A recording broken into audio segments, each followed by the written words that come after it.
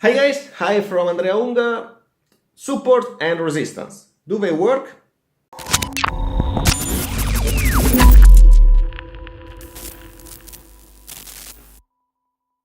Well, I think most of you, if not everybody, know what support and resistance lines are in trading. Those are levels on a chart, levels of price, where a move is supposed to stop or even to reverse. Okay, this is theory. And the question is, do they really work? If I start plotting support and resistance lines on my chart, do I get the information I need to trade?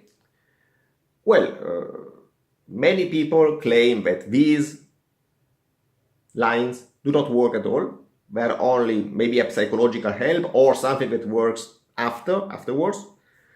They give examples. For example, in the stock market, if you plot lines and you have a stock that paid dividends on a regular basis, all the prices are most likely back adjusted by the data provider, so that there are levels which did not exist in practice, because those levels have been invented, recalculated after dividend was paid.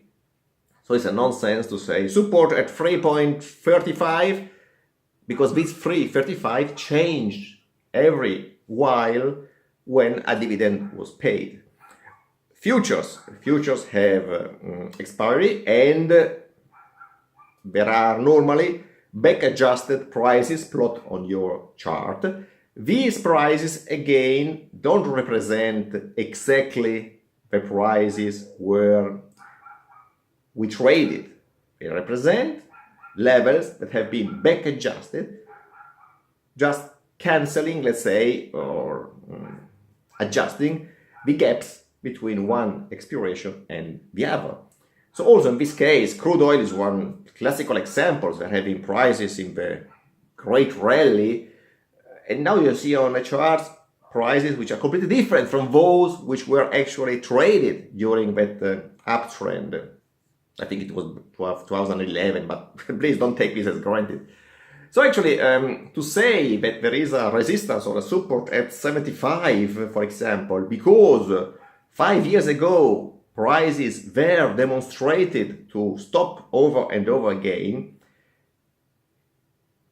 according to many analysts, does not represent any truth, because 75 was not 75 when the prices were stopping.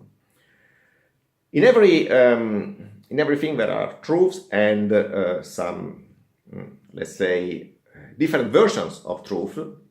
Also in this case, I can tell you that these lines do work actually. So if you want to work with support and resistance plot on your chart, you can do it, because they do produce a positive effect on your analysis, on how to trade.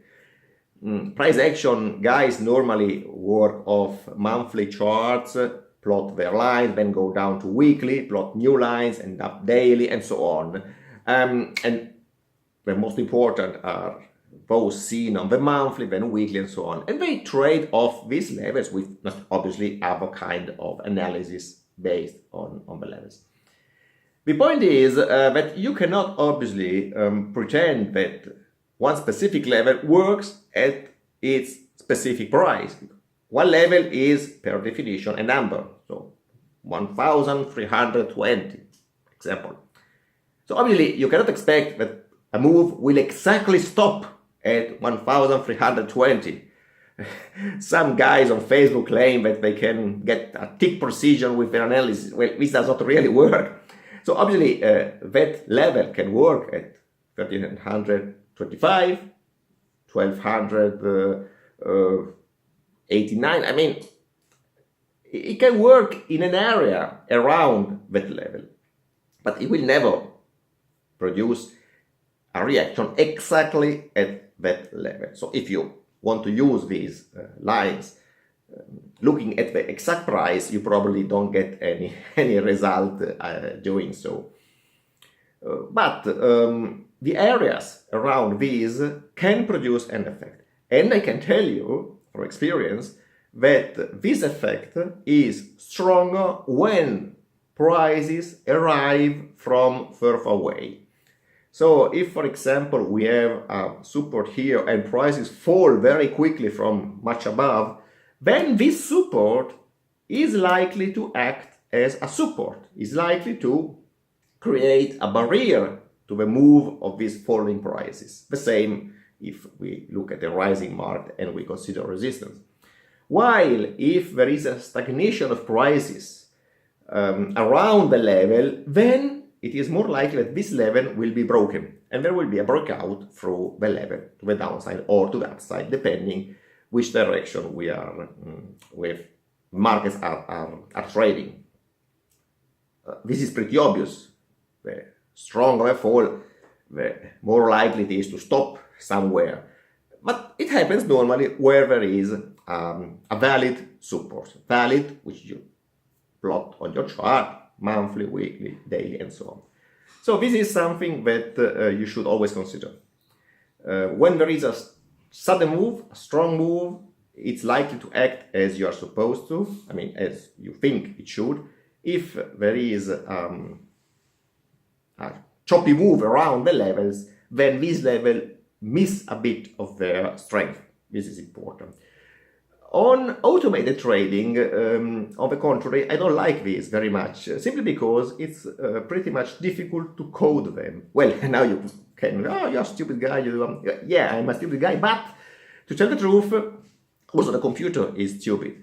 And when you program into a computer a concept as a support area, not a precise level, as I said, but an area, then you have to define what an area is, how wide this area should be, and a number of information that it's not easy to put together.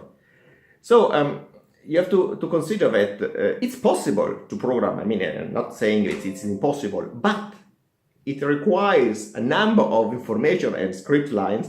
But I don't like it, so simply I don't use it, and I think that you can get a much higher benefit in programming other kind of concepts rather than a pure support resistance trading on your trading systems. That's it.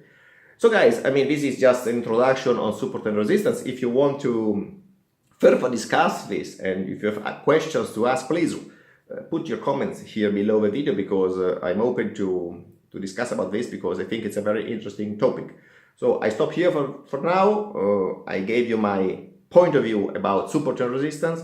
We keep in touch and we see you next time. Ciao from Andrea Unger. Enjoyed it? Click the link below and you will be noticed as soon as new material is available.